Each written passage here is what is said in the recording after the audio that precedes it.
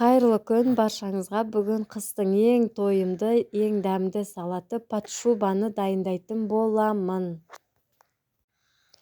Ең алдымен кубокта алып туралған селедка, картоп, сәбіз, жұмыртқа және де ең пайдалы бұл жерде қызылша, 3 желание майонез.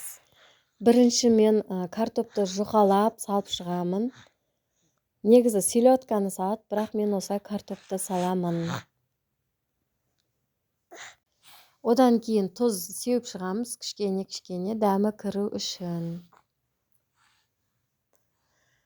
Селедкамызды бұл да кішкене қылып саламыз.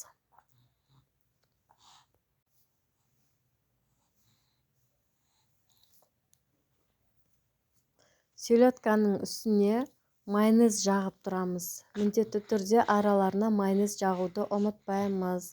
Одан кейін жұмыртқа. Жұмыртқадан кейін бірден картопымды саламын. Одан кейін тұзымды, майонезімді жағып аламын. Міндетті түрде араларына майонез жағып тұрамын.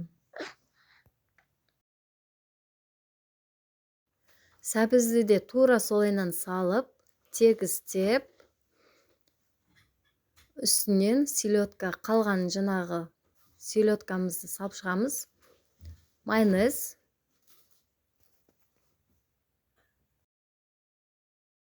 Қалған жұмыртқамызды салып шығамыз. Жұмыртқадан кейін бірден қызылшамды сала берсем болады. Міне осылай салып, екіге бөліп, тегістеп, формасына келтіріп қоямыз. Одан кейін үстіне осылай майонез салып, бетін розовый қылып қойса болады. Қалауларыңыздай әрлей берсеңіздер болады.